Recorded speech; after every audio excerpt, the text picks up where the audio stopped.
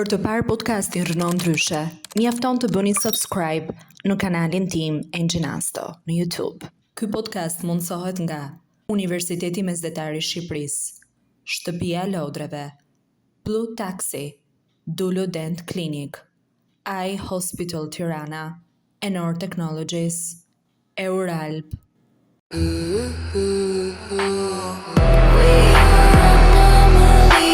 In the system. We are anomalies in the system.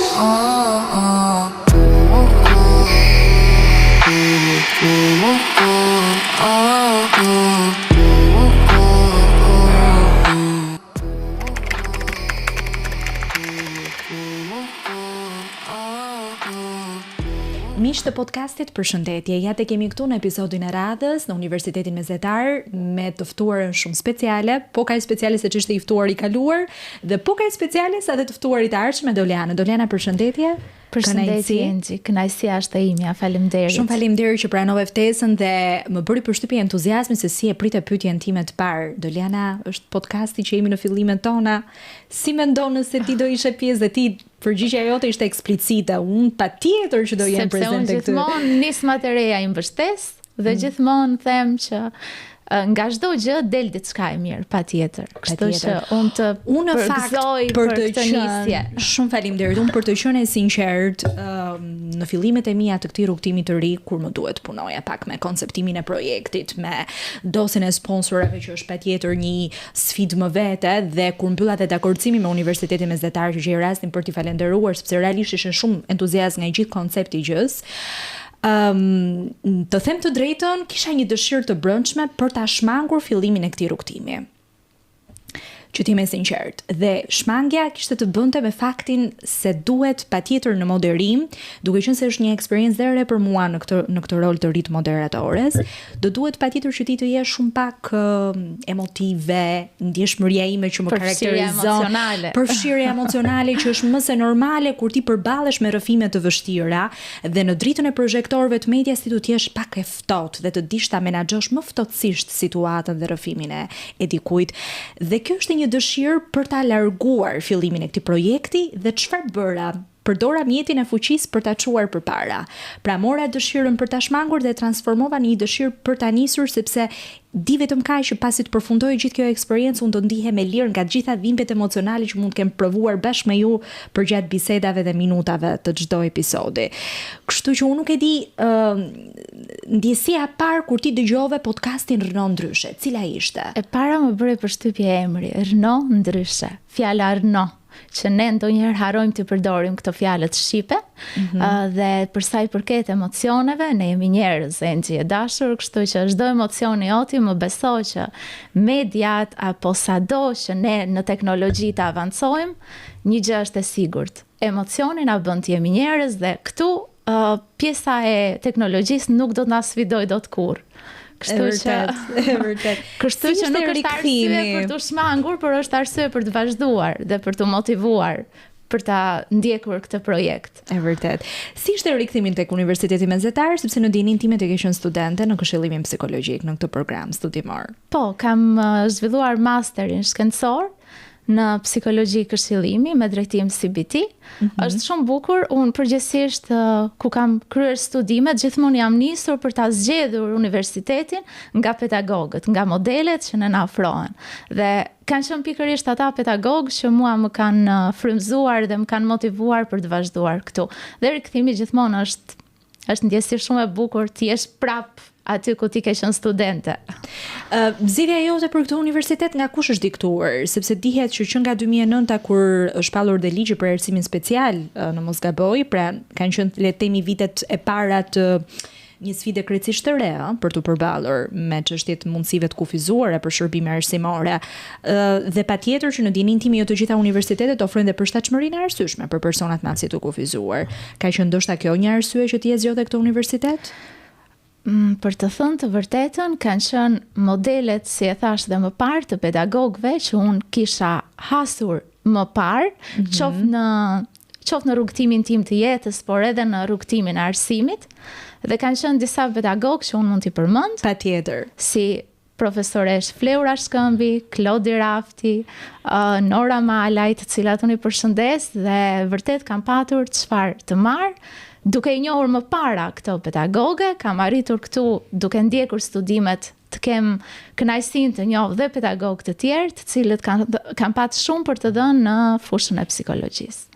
Dolena, në fakt, psikologjia është udhëheqëse për të gjetur dritën e brendshme të shpirtit.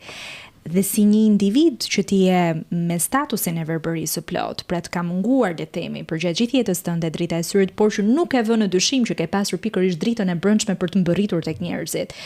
Sa të ka ndihmuar këshillimi psikologjik që i ke bërë personave të tjerë për ta gjetur këtë dritë të brendshme që ti e ke? Më ka përmbushur, do të thoja, shumë, dhe nuk ka gjë më të bukur se sa të punosh me ndjenjen, me emocionin e individit, dhe ti aty kupton pastaj që, ne jemi njerëz të cilët duam të japim dorën njëri tjetrit dhe patjetër që nëpërmjet psikologjisë këshillimit shkon në skutat më të thella dhe më të errta të individit nëse di vërtet që të prekësh aty ku duhet dhe si duhet. Për sa i përket dritës brendshme, pastaj kjo është diçka që nëse e ke, është mirë të vazhdosh psikologjinë. Ama nuk mund të thuash, sepse kam dëgjuar shpesh që thonë, vazhdoja psikologjinë për të njohur veten. Jo. Psikologjia, në momentin që ne zgjedhim ta bëjmë profesion tonin, duhet kemi një indicie, duhet kemi një dhunti, apo si të thuash shprirje. Indicia jote? Indicia ime ka qenë që në 9 vjeçare, do të thoja, edhe në shkollë të mesme, pra në shoqëri, unë shikoja që isha bërë si një prif të rrëfyes si miqve të mi. Pra një vesh që i dëgjon, një mendje që i kupton. Isha një dëgjuese aktive që dija të krijoja balanca emocionale dhe këtë ma vini shpesh herë në dukje dhe dega ime e parë që kam studiuar ka qenë marrëdhënie me publikun dhe komunikim. Dhe atë e bëja me shumë kënaqësi, por mendova që për te fjalës unë mund të bëj shumë mirë dhe pjesën e ndjenjës apo emocionit që këtë ma ofronte dega e psikologjisë. Po. Meqense jemi në këtë kontekstin e zbërthimit psikologjik të ndjesive dhe emocioneve, thuhet që dhimbja bëhet sa më madhe ti dhimbja, lëvizja për të përballur me dhimbjen bëhet shumë e fortë, bëhet shumë agresive dhe prodhon energji. Ke pasur reagime të forta gjatë jetës tënde, ndonjë situatë që ti mund ta ndash, në cilën ti je përballur me një situatë të dhimbshme dhe ke patur një energji shumë të fortë për ta përballuar? Enxhi, unë mendoj që disa gjëra në jetë janë fat dhe disa të tjera janë përpjekje. Dhe unë kam patur fatin, së pari të kem një familje të mrekullueshme që më kanë mbështetur, së dyti njerëzit që unë kam takuar në rrugtimin tim kanë qenë po ashtu fantastik dhe me një energji shumë të mirë, ose ndoshta mua natyrshëm më ka ardhur të afroj dhe të afroj me njerëz që kanë energji të mirë, dhe fjala dhimbje mua nuk më pëlqen. Unë do t'i shuaja sfida, sepse mendoj që ashtu si çdo pikturë që nuk mund të realizohet me një ngjyrë, ashtu si çdo melodi nuk mund të realizohet me një notë, ashtu dhe individi mund ta jetojë dhe mund të ndjehet i gjallë që po jeton në momentin që përjeton emocione të ndryshme. Pra ne nuk mund të jemi gjithmonë mirë për të qenë të lumtur. Ne duhet i provojmë të dy anët e medaljes për të kuptuar që po, lumturia ekziston.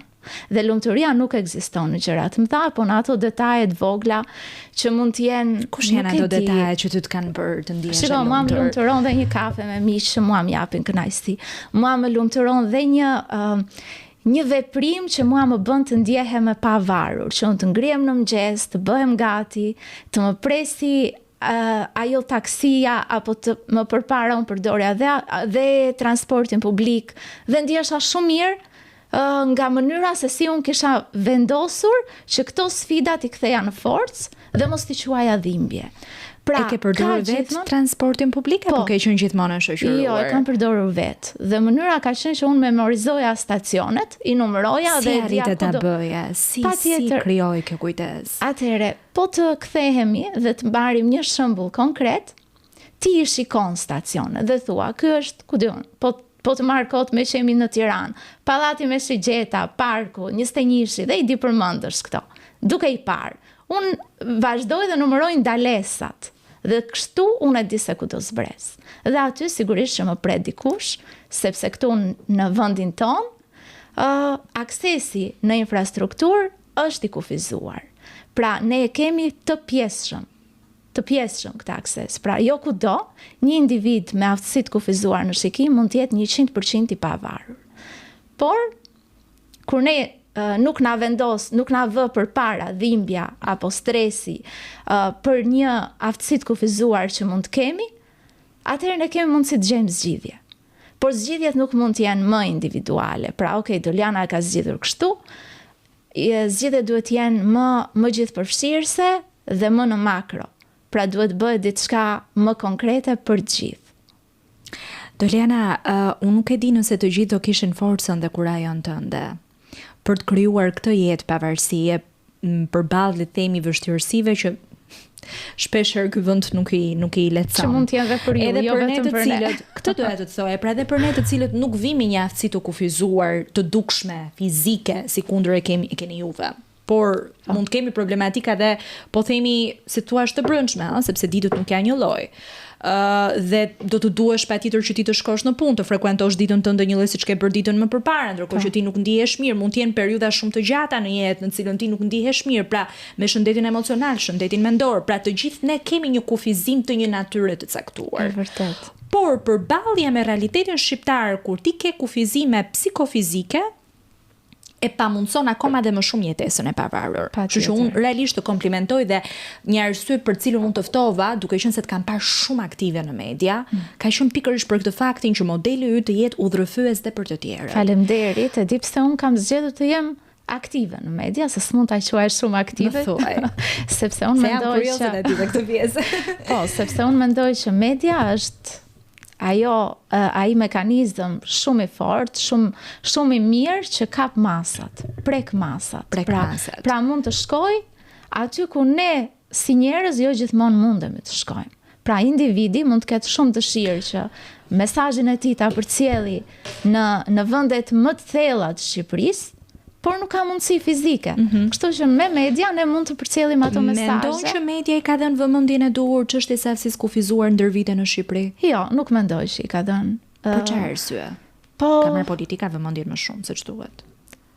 Apo çështjet e showbizit, apo çështjet. Gjitha këto bashk, ndoshta duhet të preket më shumë, jo vetëm aftësia kufizuar, por programet edukative duhet jenë më evidente, duhet jenë më prezente te dëgjuesi, te shikuesi, sepse kemi nevojë. Pra, ajo kronika e zezë mund ta nxjisë agresiviteti, ndërsa programet edukative ndoshta do na japi një këndvështrim tjetër të jetës, apo të mënyrës se si ne e perceptojmë një vështirësi, mund ta quajmë sfidë, në momentin që ne dëgjojmë që po prit pak se paska ndoshta sfida edhe më sfiduese se ato që unë kaloj.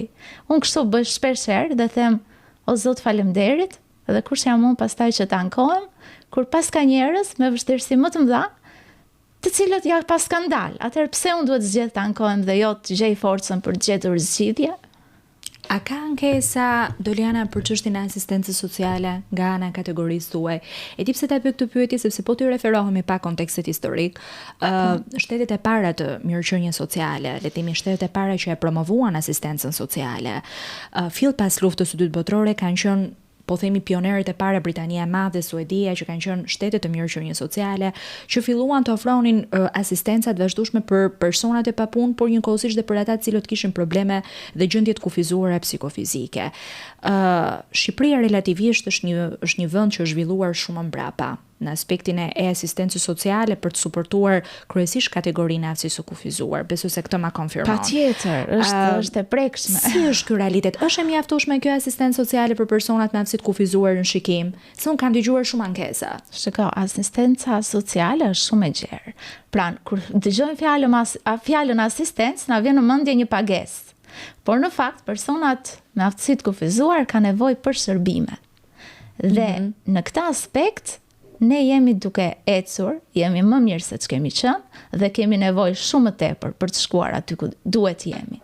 Por që më tepër se sa pagesa, unë synoj shërbimeve. Çfarë shërbimesh konkrete? Po, për shembull, termi aftësia kufizuar është një term shumë i gjerë, që nuk përfshin vetëm personat e verbër, përfshin personat me aftësi kufizuar në lëvizje, në të folur, në të dëgjuar, aftësia kufizuar intelektuale, që është një gamë shumë e gjerë pastaj, nëse do të ndalojmë në kufizime të tjera, dhe secili ka nevoja specifike. Dhe unë këtu pastaj më lind, si të them, dëshira për të diskutuar dhe për termin. Sa me vend është kur themi aftësi e kufizuar. Ka ndryshuar relativisht, tani quhet aftësi ndryshe, por jo, as ajo s'është. Gjithë edhe ti ke aftësi ndryshe dhe unë kam aftësi ndryshe nga ty. Kush është termi i dur që do duhet përdori? Nevoja të veçanta. Nevoja të veçanta. Gjithë secili nga ne, po ne i referojmë aftësi e kufizuar duke marrë termi ligjor. Por gjithsecili nga ne ka nevoja të veçanta në një aspekt të caktuar. Dhe për të kthyer prapë tek pjesa e shërbimeve, një individ me përdorues i karriges me rrota ka nevojë për akses në infrastrukturë. Një person i verbër gjithashtu në infrastrukturë, për ata shiritat me relief, për ashensorin me program folës dhe në braille që janë nëse formatet e veçanta. Nëse kujton numrat në ashensor janë disa pika dhe ato janë në braille. Apo me program folës, semaforët me sinjal zanor, literatura që është shumë e rëndësishme në braille, sa aty fillon gjithçka. Pra nëse ne flasim për baza e formimit intelektual të individit patjetër. Tek shkolla, tek shkollimi dhe tek literatura. Dhe për personat me nevoja individuale janë shërbime si terapi zhvillimi, logopedi, varet nga nevoja që ai ka, fizioterapi për të gjitha kategoritë fizike, për personat që nuk dëgjojnë dhe nuk flasin, gjua e shenjave, interpreti i gjuhës shenjave. Që vërtet është një problematik shumë e madhe dhe e cunguar dhe kufizuar. Enzi, kur shkon jashtë, ti kupton, aty ti përballesh me një realitet që të bën më të vetëdijshëm për atë gjendje ku ne jemi. Pra, kur unë kam shkuar jashtë në një trajnim, kisha një person që nuk dëgjonte, nuk fliste dhe nuk shikonte. Dhe më beso ishte pedagog. Po. Dhe personi pra nuk fliste, nuk shikonte, nuk dëgjonte dhe nuk fliste. Dhe ndërkohë kryente funksionet e një akademiku. Po. Dhe interpreti i tij gjuhës shenjave nuk i bënte shenjat që ti shikonte personi, se kishte mungesë në shikim, por i bënte në trup. Pra, në momentin që ai e prekte, jepte një shenjë. Dhe kështu ata merreshin vesh. Pra ai përdorte prekjen, gjuhën e trupit, për ta përkthyer në një fjalë apo në një veprim që ai duhet ta bënte në konkretisht. Dhe kjo ishte diçka që mua më dha mesazhin që aksesi nuk pas ka fund. Domethënë vetëm për këtë që nuk kishte shkuar. Ku ishte ky rasti, në cilin vend? Në Shtetet e Bashkuara të Amerikës. Po mirë, tani pyetja që mua më lind, sepse ti me të drejtë bëre një lloj modifikimi pra të emrit, pra të termit. Pra nuk mund të themi aftësi të kufizuar, nuk mund të themi aftësi ndryshe, por mund të themi nevoja të veçanta. Termi që i përshtatet më shumë këtij fenomeni. Sepse është individuale. E kuptoj, por shtetet jashtë janë fokusuar më shumë tek termat apo tek zgjidhja konkrete e problemit? Se kam përshtypjen ne kujdesemi shumë që ligjet i shkruajnë bukur. Po ne kemi të shkruar bukur. Ti kopjon bukur. Po të kesh zbatuara. Atëherë, a është problemi tek termi apo tek fakti që ke njerëz të pandërgjegjësuar për ekzistencën e kësaj kategorie në këtë shoqëri që kanë nevojë të aksesojnë shërbimet siç duhet, një lloj si ne?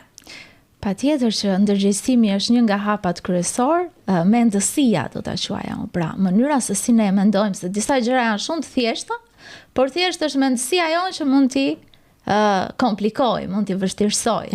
Por edhe termi nuk ngelet mbas, sepse ndonjëherë mund të jenë termat stigmatizues apo që të lëndojnë më shumë ndoshta se sa aksesi, mungesa aksesi të një shërbimi. Po, sepse kur flasin persona me aftësi të kufizuara, atëherë unë kam aftësi për të bërë X gjë. Pse duhet të quajmë aftësi të kufizuar, kurse në rastin konkret unë kam nevojë të veçantë. Pra unë kam nevojë të kem një program folës, kam nevojë të kem akses në X gjë. Dhe kjo e bën termin më kuptim plot. Prandaj ndalova në këtë pjesë, por jo se kjo është më e rëndësishme, por ka rëndësinë e vet. Patjetër. Ke rastisur në jetën tënde të dëgjosh raste, sepse ndodh shpesh që realja ngatrohet pak. Edhe me pjesën e mashtrimit dhe të manipulimit. Ndoshta mund të jetë një pyetje shumë e fortë, por unë guxoj gjithmonë në pyetje, derisa nuk shkel kufirin etik, patjetër. Ke pasur persona të cilët në jetën tënde në këtë kategori që mund të kenë manipuluar me statusin e verbërisë? Ne jemi vendi paradokseve. Ne kemi raste ku manipulojnë me këtë pjesë, ashtu si kemi raste që nuk e thonë, pra nuk e deklarojnë aftësinë e kufizuar për shkak të mentalitetit. Pra i kemi të dyja rastet, sepse qenia njerëzore është e pafund, është e pa kufi. Pra, aty ku kemi një, si do të thoja, një ndërgjegje që ndoshta ka nevojë për të sensibilizuar dhe për të thënë që fakti që ti ke një aftësi të kufizuar nuk të bën të ndihesh inferior, ti mund ta thuash, ti mund të vazhdosh përpara, mund të marrësh atë që meriton dhe që të takon, dhe nuk ka problem nëse e deklaron apo jo, se kjo nuk ta heq as nuk ta shton aftësinë e kufizuar. Përkundrazi ti jep disa mundësi më tepër që ti, nëse të takojnë, duhet i kërkosh fort. Ashtu si kemi dhe pjesën tjetër që mund ta manipulojnë, pastaj këtu mendoj se duhet një analizë e gjatë psikologjike për të kuptuar si një njeri mund të arrijë deri në këtë pikë. Kështu që nuk dua të jap shumë rëndësi dhe shumë kohë kësaj pjese, por që ka sinqerisht është e dhimbshme kur ti shikon njerëz të cilët duan të përafrohen ose të duken me statusin tënd, pikërisht për të patur një përfitim. Ka qenë më e theksuar më parë, tani është më e zbutur. Është më e zbutur për shkak të vlerësimeve biopsikosociale dhe komisionet e vlerësimit janë përmirësuar, kanë profesionistët janë më të specializuar dhe të një komision ndoshta edhe më pak i korruptuar, ndoshta ka standarde më të larta të vlerësimit të komisionit. Kjo ndodh në momentin që ne dalim, zgjedhim të flasim, zgjedhim të ndërgjegjësohemi dhe të ndërgjegjësojmë. Në profilin tim studimor në administratë publike ka pasur një një batut, po kontrollorin kush e kontrollon. Se ideja është që komisioni vlerësues i personave me aftësi të kufizuar, po vetë komisionin kush e ka vlerësuar që duhet ta kryejnë atë punë në mënyrë le të themi korrekte dhe të ndershme si proces vlerësimi. Ne mendojmë dhe besojmë që ata janë profesionistë dhe bëjnë më të mirë. E besojmë. Po. E besojmë. Nuk e di, Dorian, ti më përmonte pak më përpara pjesën e Braillit. Po. Brailli është shkrimi, një sistem 6 pikësh. Kombinimi të cilave krijon shkronjat, numrat dhe shenjat e pikësimit. Teknologjia që është kaq e zhvilluar në ditët e sotme, sa ka ndihmuar një person me kufizim në shikim? E ka ndihmuar shumë. Shumë. Pra sot çdo individ, çdo i ri sidomos, nuk mund të thotë që unë nuk e bëj dot. Sepse absolutisht unë nuk gjykoj askënd, sepse e varet edhe nga mundësitë. Është ajo pjesa që unë fola në fillim, fati dhe përpjekjet. Pra, së pari ne duhet punojmë me familjet. Këto familjet t'i forcojmë emocionalisht që fëmijën e tyre ta mbështesin për t'u shkolluar, që është hapi i parë dhe më i rëndësishëm për të dalë në atë dritën e jetës. Dhe teknologjia pastaj bën punën e vetë të shkëlqyer. Pra unë kujtoj kur unë kam qenë në klasë të parë, me anë të një makine shkrimi apo disa pajisjeve të tjera shumë të thjeshta, unë arrija të shkruaja dhe mësova shkrimin Braille. Kam patur fatin që në qytetin e Vlorës, nëpërmjet arsimit gjithëpërfshirës, atëherë nuk ishte i ligjëruar, një shoqat italiane më mësoi mësuese ndihmëse e cila dinte shkrimin Braille, që ma mësoi dhe ma asistonte në çdo orë mësimi. Në çfarë moshe ke mësuar eksaktësisht? 7 vjeç. Po, kam mësuar shkrimin Braille nëpërmjet mësueses time ndihmëse. Paralelisht e mësonte dhe mami ime, e cila më ndiqte në shtëpi, më kontrollonte me detyrat e shtëpisë. Dhe sot ky shkrim Braille nuk është më vetëm në formate të thjeshta, letër dhe makinë shkrimi, por është dhe në telefonin ton. Pra kemi një program folës që lexon çdo gjë që ndodhet në ekran. Ashtu si dhe kemi shkrimin Braille që unë ty mund të shkruaj, pra nuk është vetëm nevoja ne të flasim, por mund të komunikojmë shumë mirë edhe me të shkruar. Mund të na bësh një demonstrim për të gjithë audiencën për ta kuptuar më konkretisht se si përdoret formati Braille? Patjetër. Pra po të dëgjosh, thot datën dhe orën. Okej. Pra ty të informon për pjesën e kohës. Po. Okej. Dhe unë këtu jam tek Braille. Dhe ti shikon një sistem pra është në gjuhën angleze jo e përshtatur në shqip? Është në gjuhën angleze dhe tekstin që ti ma dërgon në shqip ma lexon. Ajo e transduhet e përkthen në. Jo, e lexon si një anglez që mund të lexonte në shqip. Pra vetëm me tekst E kuptoj. por që shqipësh mesazhe, si ti ma ke dërguar. E kuptoj. Dhe tani po të shikosh, këtu është, nuk e di nëse është e mundur për është e kamerë. mundur, po, pra është e shikon mundur që në ke plan 1, është. 2, 3, 4, 5, 6. Dhe kombinimi i këtyre, unë mbaj në këtë pozicion të gjerë telefonin, Okej. unë mundem që të shkruaj mesazhe, raporte pune, në këtë lloj forme shkruaj detyrat e kursit. Pra, në këtë lloj forme unë kam arritur dhe të studioj. Ngjan si një instrument dhe ti je një instrumentiste që arrin të ndërtosh rrugën tënde të komunikimit me pjesën tjetër të botës. Po, Do të thënë që nga pozicionimi që ti e mban, sikur ti i bie një instrumenti. por që mësohesh. Pra, patjetër, ma do më falësh vetëm 1 sekond. Po. Dhe unë po shkoj në mesazhet me ty. Okej, mund ta shikoj dhe unë më pas. Patjetër. Si ti të mbërrish. Prit se pas kemi folë shumë Enxhi. Kemi folë shumë patjetër. Diçka që ti mund të ma thuash. Jemi Okej. Jemi tek podcasti. në Renault për të Rno ndryshe. Renault ndryshe. Aha. Dhe U shkruaj jemi këtu. Mund ta shikoj pak tekstin? Po, mund t'ja tregoj pa kamerës të Po, lutem? dhe unë ta nis aty. Pra, ja ku ndërkohë. jemi këtu, jemi në Renault ndryshe. Pra, plani e fokusoi për të parë edhe audiencë që ti Po. ke arritur të Të shkruash vetë përmes nëpërmjet formatit këtij Braille. programi. Sa e përdorin Doliana këtë format? Njerëzit që kanë një problematik të ngjashme me ty. Të rinjt, sidomos, mendoj që e përdorim mjaftueshëm. Tani unë nuk besoj se jam në dieni të gjithëve, por mish të mit, pra në rrethet që unë njoh, të rinjt janë goxha të avancuar në këtë pjesë. Doliana dashur, një miku im me aftësi të kufizuar në shikim, me verbëri të plot, pra në të njëjtin status se ty, më pati thënë dikur, e di Enç që ne ndonjëherë shohim më shumë se sa ju. Pra edhe pse kemi një kufizim në shpirt, shohim më shumë, kuptojmë më shumë, ndjejmë më shumë. Është e vërtet kjo? Të ka ndodhur dhe ty? Tani kjo është diçka që ju na i vini më shumë dukje se ne mund ta themi vetë. Sepse unë mendoj që njeriu nuk shikon me sy, shikon me mendje dhe me zemër. Me sy është e vërtet që kapet 70% e informacionit, por ne jemi të vetëdijshëm që në 100% të informacionit jo 100% është i nevojshëm.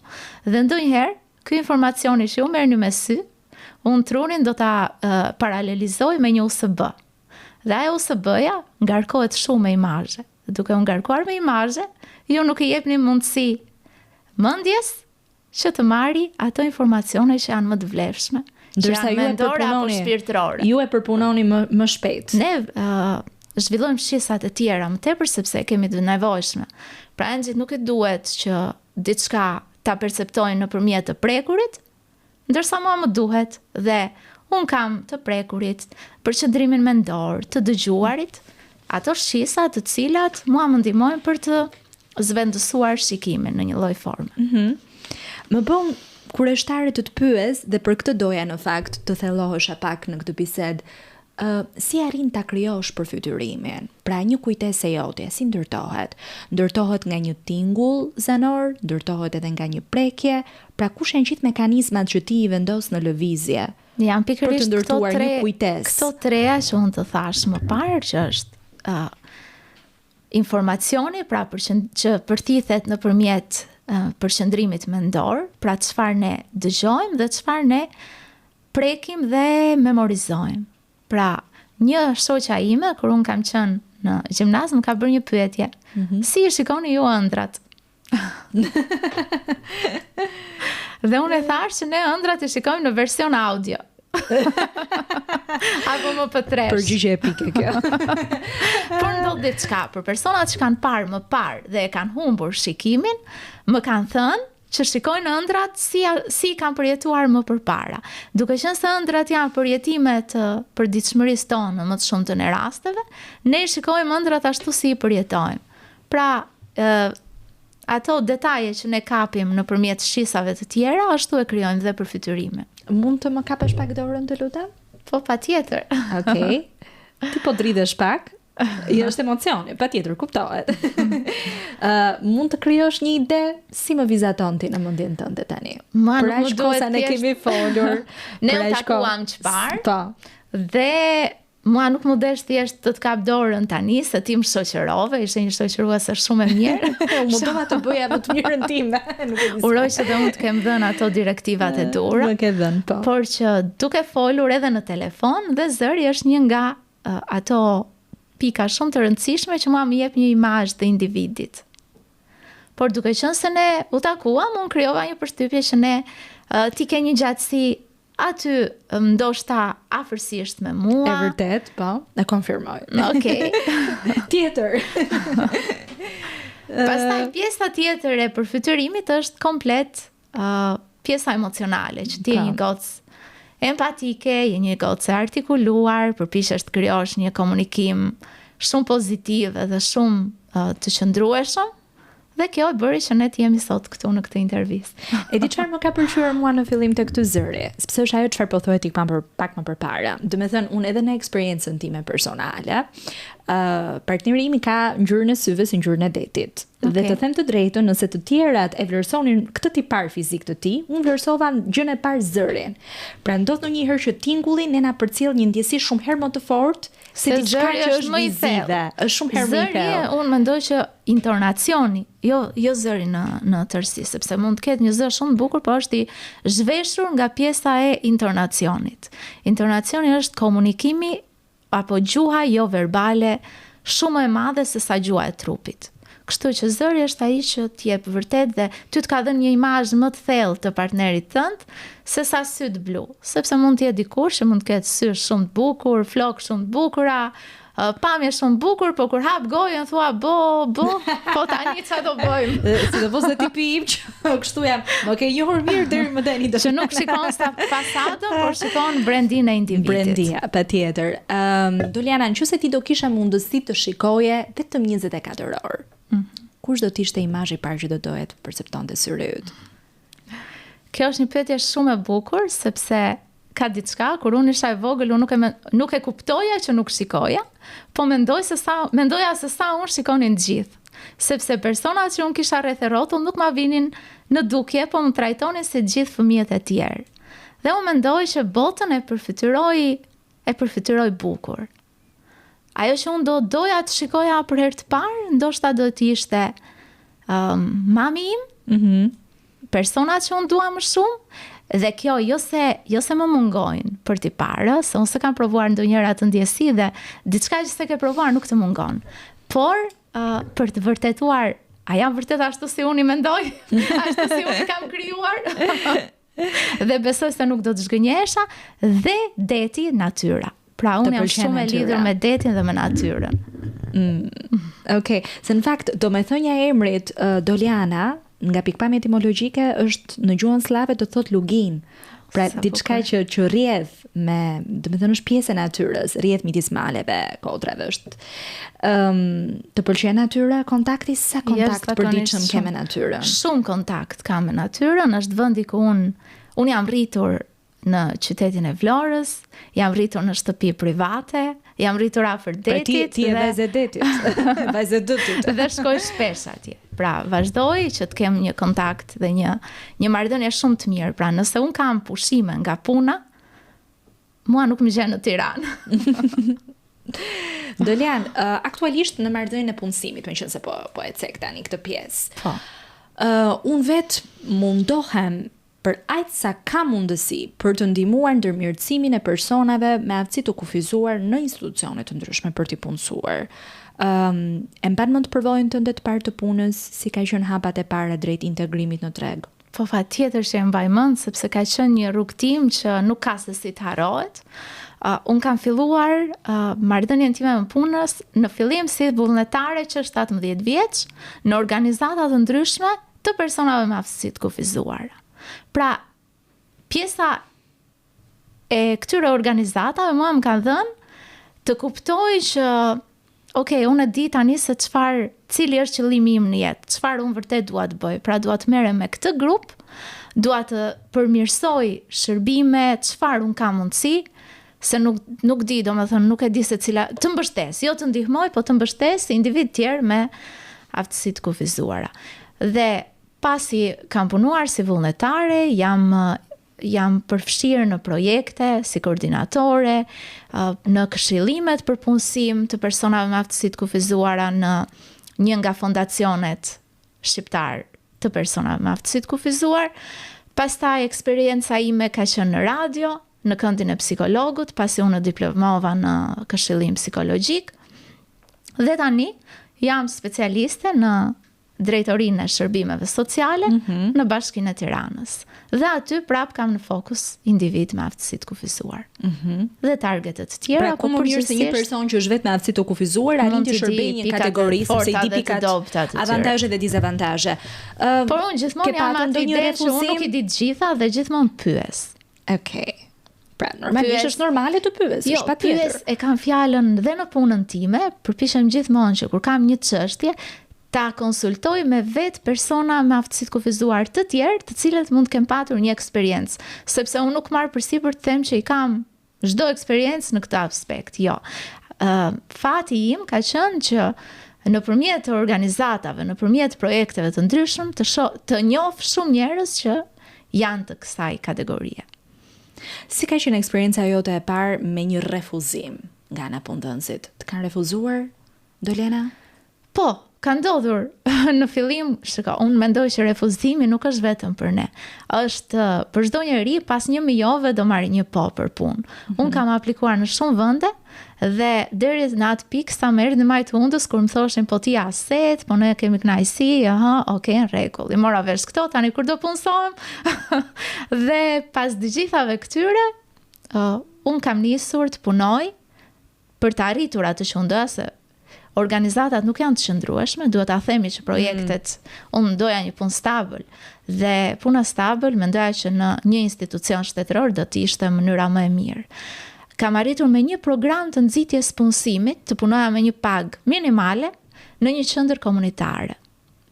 Dhe aty u prita shumë mirë, më dha mundësia që unë të sensibilizoja, nuk do ta quaja, po të informoja, sepse të informoja një staf i cili ishte shumë pozitiv, më priti vërtet shumë mirë dhe më thanë, janë këto shërbime, nga këto shërbime zgjidh ku ti do të japësh. Dhe unë mendova, këto shërbime janë, çfarë do sjell unë diçka të re, për t'i lënë vend vetes që pas këtij programi 1 vjeçar, unë të siguroj vetes një vend pune.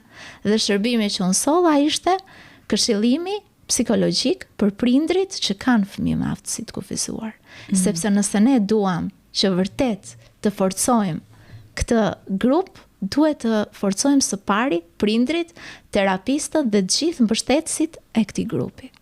Ke pasur ndonjë refuzim nga sektori privat? Sepse deri tani po më thua organizata të shoqërisë civile dhe nga institucione publike për të krijuar pjesën e stabilitetit financiar. Para se të filloja punë kisha provuar kudo dhe refuzime kam patur patjetër. Por çfarë refuzimi ka qenë? Motivimi për çfarë? Ka qenë shumë elegant, duke thënë që akoma nuk ka vende vakante, kur të ketë patjetër. Se në rastin e karikeve me rrota, të paktën në bisedë që kemi patur dhe më përpara me persona të tillë, normalisht është preteksti i përshtatshmërisë fizike, lartësia e tavolinës, po për aftësinë e kufizuar fizike në shikim, le të themi, çfarë konkretisht mund të kenë nxjerrë ndonjë justifikim. Unë mendoj që tani më nuk ka pse të ketë kufizime, as për shkak të rampës, as për shkak të tavolinës.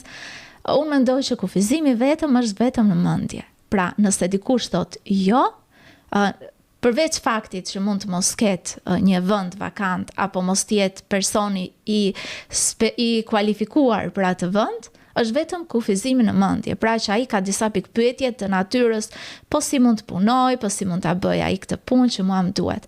Pra gjithë këto kufizime fizike tani zgjidhen shumë thjesht dhe unë gjej rastin të them që nëpërmjet një fondi që Agjencia Kombëtare e Punësimit e vë në dispozicion për çdo vend pune, qoftë sektor publik apo privat, është një fond deri në 200.000 lekë të reja, i cili i jep mundësi këtij sektori të përshtasë vendin e punës.